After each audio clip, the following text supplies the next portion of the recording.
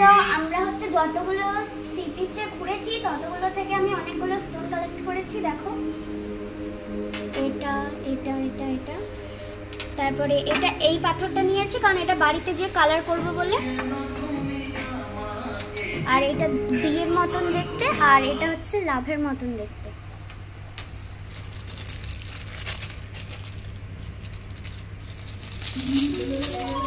আর এখানে দেখো অনেক ছোট ছোট জিনিস আছে।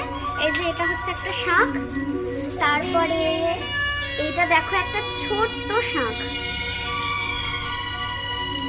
আর এটা হচ্ছে একটা গোল শাঁখ। এখানে নানা রকম কালারের ঝিনুক আছে, এটা গোল গোল।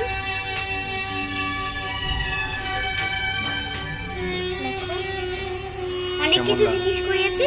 তো তোমাদের কেমন লাগলো ঝিনুকগুলো তোমরা কমেন্টে জানাও।